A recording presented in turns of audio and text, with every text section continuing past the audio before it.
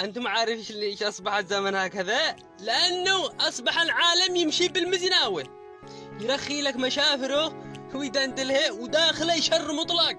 لكن الباري ما قصر، عصته على الكل. أقسم بالله العظيم الذي كان يشرب العسل واللحو والراحة والتخازي دلحن صيام. صوموا لكم صام الله كان صيام داخل البيت ما بشوعه. أيوة يحس ما كان يحس الجاوع الذي كان يواكل المساكين ذي الحين في أشد الحالة، لأنه مش والف على هذا، على الحراف وعلى الفقر وعلى النكد، ما هوش والف على الراحة والرومانسية. ذي الحين خرب في البري على الكل. أنا ورب الكعب إننا مرتاح، تعتصر على الكل يذوقوا من نفس الكاس الذي يذوقها المسكين.